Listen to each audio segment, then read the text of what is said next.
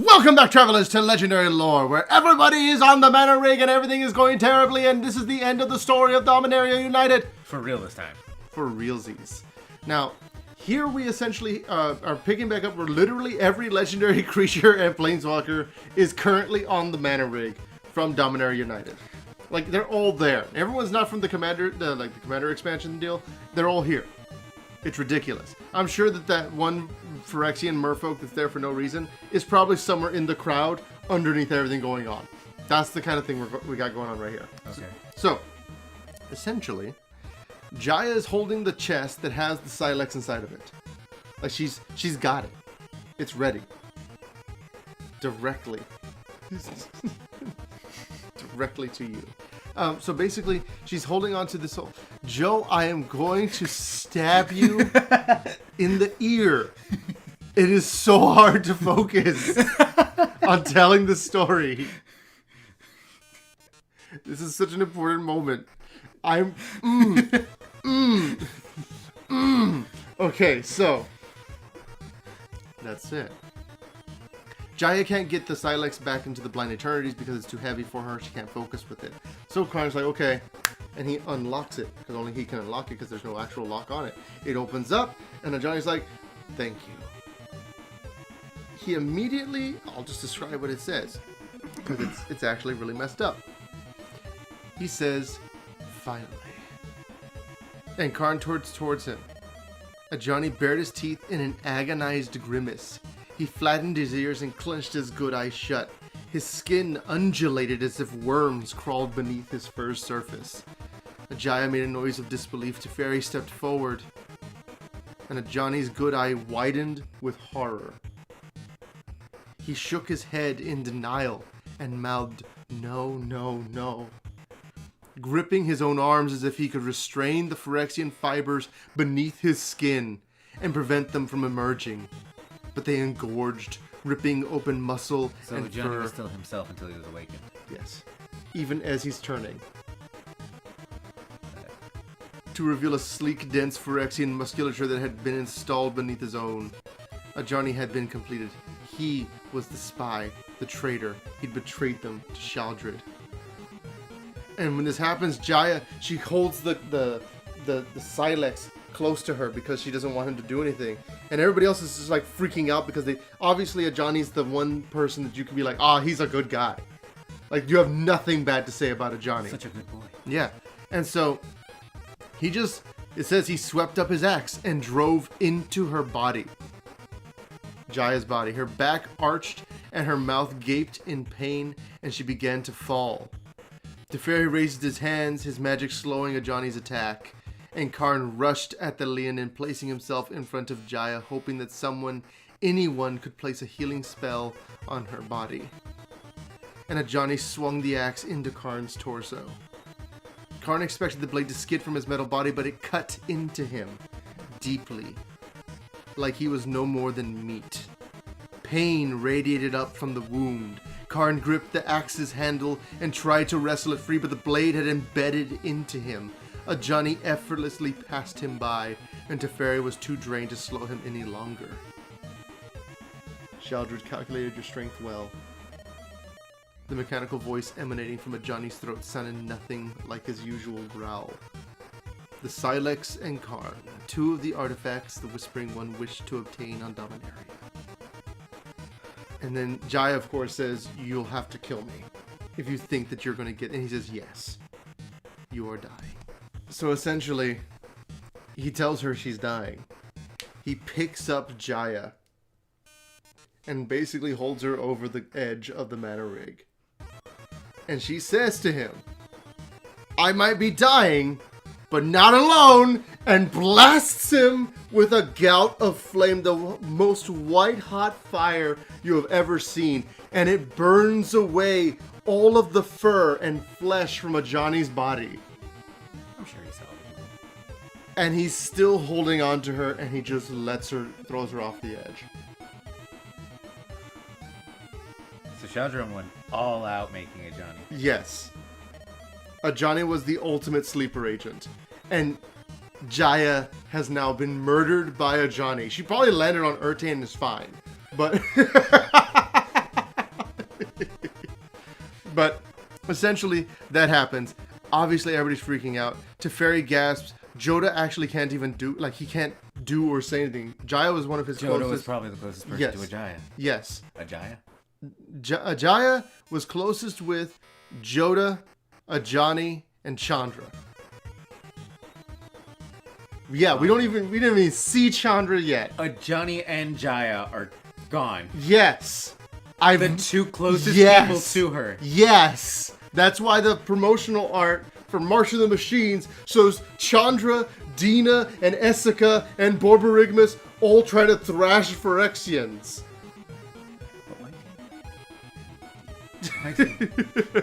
But yeah, it's crazy. Does Dina become like the Witherbloom honor student and Liliana's just like, probably. hey, you need to go help some of my friends? How? If anything, I would expect that Chandra's part of the group trying to find people. And this is speculation for like super far in the future, but I expect Liliana basically goes to Strixhaven to recruit people and knows Dina is a great student because she's with Witherbloom. It's like, hey, you're the best. Yeah, like it's be like if they would tell me like, hey, we need somebody to do this specific Killian, task. you're coming with me. Yeah. So, anyways, we then have Sheldred slamming into the mana rig, and she's basically face to face with all the other people, and she's looking at all this, and Ajani doesn't take the Silex. He destroys it in his hands. He crushes the only machine they had to stop everything. So he crushes the Silex. He's still got his blade inside of Karn. And he's just killed Jaya. And so, essentially, it says here, the battle's tide turned yet again as Phyrexians dropped down from the mountainside onto the decks. Benelish, Keldans, Yavamayans, Goblins, Humans, Viashinos now fought hard-pressed. And Karn is just trying to get away, but he's trapped.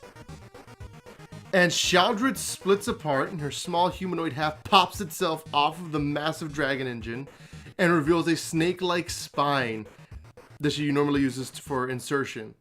And essentially, she just slithers down the torso to the mana rig itself, just so she can be that much closer to Karn. See, I figured she was going to slither, but I also kind of hoped that she was going to pop out like tiny little baby legs and walk over. She was going to Winnie the Pooh it? Yeah. Yeah. So, it says here, I have... over. Oh, bother. It's supposed to be intimidating. I have the mana rig. I have you.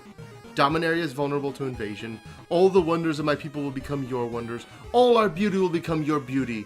There is only one truth. The next step in evolution will be completed. And all the Phyrexians, literally all of them, including Ajani, says there is only one truth. And so she basically says that while things didn't go exactly to plan, she did get exactly what she wanted. And she says, this is better. I have a plan for you, Karn, and for Dominaria, for all the planes. And then Jorah, her voice booming as she's in the rig, says that, I guess you're gonna be disappointed. Flicks the switch for the self-destruct sequence, tells Jodah, get everybody out of here. And so Jodah just starts kind of blipping and grabbing people, tossing them into portals, grab people, toss them into portals, and he's doing it with everybody. And obviously this is extremely taxing on him, but he's doing it. He's getting everyone. Everyone that he can feasibly get to, at least. So essentially, we also, of course, have the Golden Argosy. It just gets up with as many people on it as well, and they're all evacuating. And so, Karn's there with Sheldred and Ajani. And they know that there's, like... Karn knows that he's not going to be able to escape this. He's been captured. Ajani's been completed. This is a loss. And Sheldred just kind of says, I've acquired the targets, ready to return. And this scarlet rip in the multiverse kind of just tears open. And then she even says that it's a shame because she liked the face that she had. Like she touches it like she's actually like fond of the face she stole. And here's the crazy part. So Sheldred's just a girl. It says that Karn struggled against Ajani's grip, but between his damaged body and Ajani's enhanced strength, he could not free himself. The ugly red light engulfed Sheldred. She turned her face into its power with a small gasp as it washed over her. Its blaze burned over Ajani and Karn, searingly hot.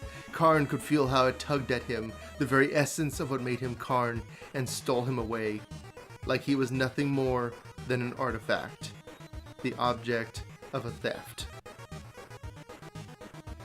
And so Karn's been stolen by the Phyrexians. We then cut to basically the aftermath. With Shaldred gone, she didn't need any of the Phyrexians that were left behind, so they basically just scattered. They're trying to get rid of him, that whole deal. And basically, they're setting up shop, the rest of the heroes, trying to figure out what to do. Because obviously, it's terrible. And so they talked to Teferi talked to Joda. They didn't have... Teferi and Joda just were, like, drained. And Joda's just kneeling on an outcropping. It describes him as dry-eyed and surveying the battlefield's devastation. The troops picking amongst the survivors, scattering vultures, the banks of black lava, steaming as the deepening night. And in his hands, he's holding Karn's necklace, the Scryer, the Phyrexian locator, the Weatherlight's communicator, and a lock of Jai's hair. And so basically what this the rest of this is about is they build a memorial. Saheeli Rai shows up, because she's a master artificer as well.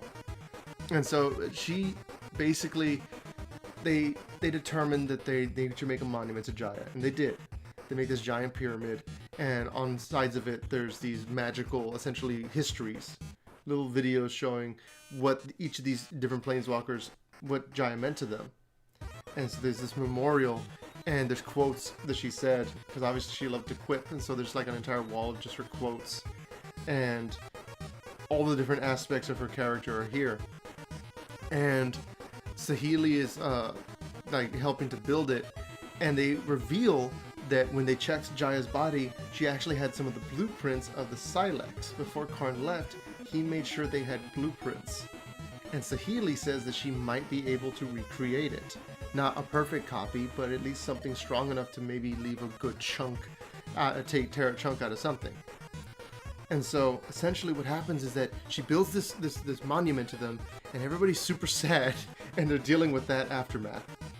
Now we're going to go and cut to what's actually happening in Phyrexia. Before we get to the actual Phyrexia part, it's worth noting that they actually left a little another pyramid for Karn. Not as a memorial to him, but so that he could put his memories of Jaya when they got him back. Since they intend so they're planning to get Yeah, Karn. they intend to save Karn. But then... Teferi just made up with him. How's Teferi feeling? We're going to get to Teferi after we get to Karn. We are? There's just going to be one last bit with Teferi to talk about. But first I'm going to tell you what happens with Karn. Also, I like the Breath of Healing. Just like, yeah, because it makes sense that like they have this like, Planeswalker network. Okay, we don't have somebody that's an actual machine that's magic is machines, but we have somebody who can make magic using machines. Next best thing. Or make machines using magic. So, essentially what happens is it says, as the planar bridge's red light fades, Karn basically just kind of starts coming back to his senses. And he could sense mineral deposits, quartz, stalactites, he can smell stone, and he says he felt ill. Wrong. Is that the turbulent passes through the blind turns that coated his metal surface in an unclean film. He says that he knelt and his crumpled body still ached from the battle on the mana rig. And he's just thinking of everybody else and what they must have been going through if they're dead. And he thinks of Jaya and he's like, no, I can't start freaking out because then that's just going to give them what they want. They'll have better hold on me. And there's chittering noises all around him. And there's this white sand that he's like surrounded by. And then Elish Norn steps into view. And it says that she's glowing as though she housed a star. Her attenuated limbs had an insectile delicacy, and her long face had an arthropod's beauty. Her smile was narrow and self-satisfied, even as she scraped a servile bow in his direction. And she says, "Welcome, Father. Welcome home." So, yeah. Daddy. So, essentially what happens is that, and that's a reference to Dragon Ball Z. For anyone Abridged, not that. Yeah, it's normal Dragon Ball Z. And so essentially what happens is that Karn looks around, he's trying to find Ajani or Shaldred or anything that he like can try and figure out what's going on. And it's just Elish Norn. And Norn just kind of like lifts him up with one hand and says, "You've been away too long. Far too long. And we've missed you. You deserve to share in the glory of what is to come." And so he's trying to get up to try and figure out like anything he can, and he's trying to summon his spark, and he can't because he's just broken from what Urte did to him and from the way he was cut up by Ajani. He's damaged, and he can't focus on being able to planeswalk. And he can feel that his neck joints, every joint in his body is just like broken. He's a broken individual. And he looks and he sees that there's a small, stunted sapling growing out of the sand. And its gnarled, delicate branches reminded him of the small trees he saw above the timberline in the mountains. And its pale limbs glistened with an iridescent sheen, and beads of oil hung from the twigs like buds. Joe, do you recall any point where a Phyrexian might have been involved with some kind of tree? Out of the Praetors. Think of the different locations they went to. Which one had any significant trees in it? Epilogue of Caltane. Yes. Remember how he stole that whole deal? He stole the god oil. Yes.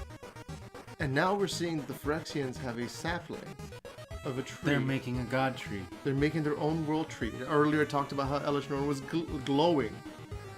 She's gonna become a god. She's gonna become a god. There's like a 90% chance she's gonna become a god, and a 100% chance that their world tree is gonna be designed in such a way to branch, essentially, the different planes and bring them together. That's how that is. Exactly. Fantastica. Exactly. They're not planeswalkers, but they're tree based.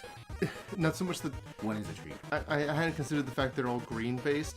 I was thinking more along the lines of they're just going to be attached to each other. And it says, he says to her, he goes, "What is it?" Because he sees it and he feels like a sense of wanting to. He says that he wants to, he feels that like a desire to keep, to protect it. And that he asks what it is, and she says, "It is the beginning of great things, Father. It is the beginning of everything." Now we cut back to Teferi. Teferi's, he's realizing that he lost.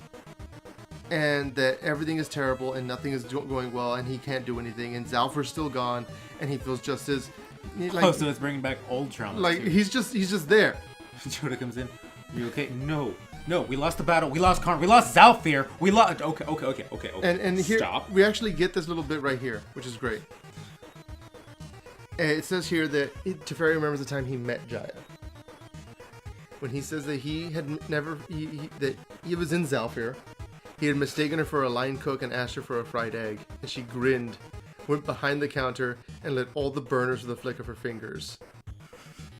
And then she asked if he wanted chutney with it. And started cooking it.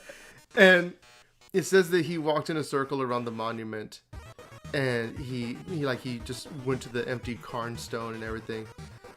And then they basically, Saheeli just kind of waits until he's ready. And they go off together.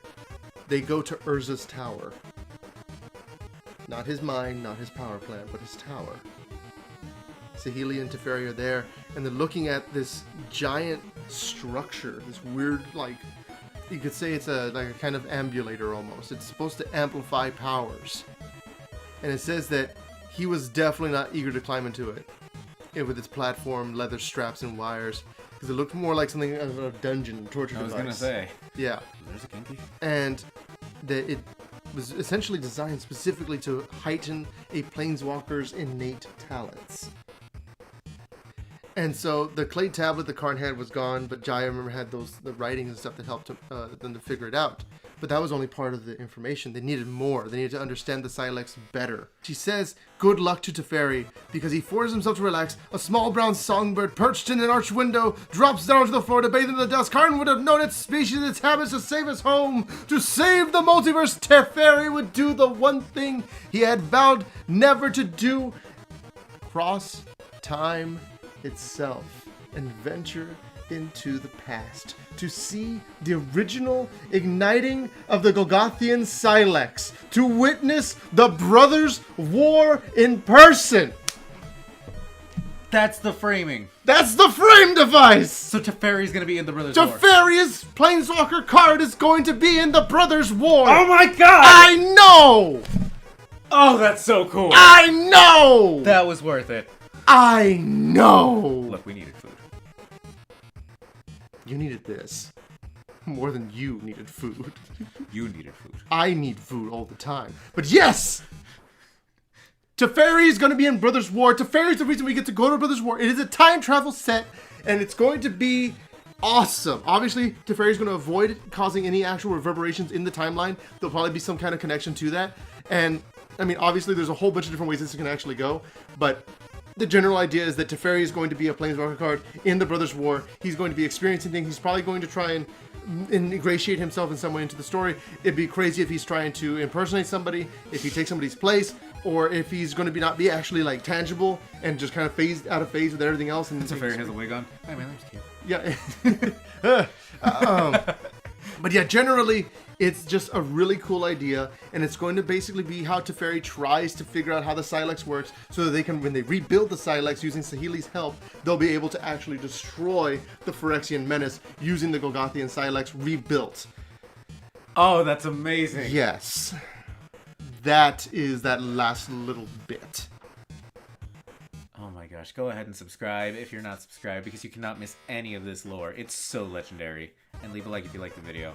And stay tuned for the Brothers War! Oh my gosh, the Brothers War. We're also going to have a whole deal with legendary creatures, but that's just... That's nowhere near as important. Yeah, this is the Brothers War. Oh my gosh, I love the Brothers War. I'm so excited for the set. This is the set. I'm going to get a whole How have you booster kept that box. secret so long? It's been killing me. Do you remember when I first read it and how I would just be like, I'd say something and then I would just kind of like let little bits out because I knew that I needed to share this story with you. But like, it's insane. Teferi's gonna be in the Brothers War. Teferi is the reason we go to the Brothers War. Oh my gosh. And just as a quick side note, that little brown bird they mentioned being in the dust is most likely a Phyrexian sleeper agent. So there's Phyrexians going to the Brothers So War. the Phyrexians are going to be aware at least of what Teferi's doing. And Unless they interfere. exactly. So I'm expecting maybe like a secret war happening between Teferi and whatever. To keep them from interfering. Exactly. Oh, that's gonna be cool. Because we already know that there were Phyrexians during the Brothers' War, thanks to the way that Mishra was, well, he wound up with what happened to him. So the Brotherhood of Gix was definitely a big part of that storyline. And seeing if Teferi fighting Gix. I mean, we know Gix is going to be in the story. We know a lot of things are going to be happening. And I'm just really excited to see this new perspective for the story. We did it already with the whole Caleb Ben Krug episode, where we talked about the missing white mythic. Already, we've pretty much already said what we got to say for this episode. I'm just super excited for the Brothers' War. Bye, guys.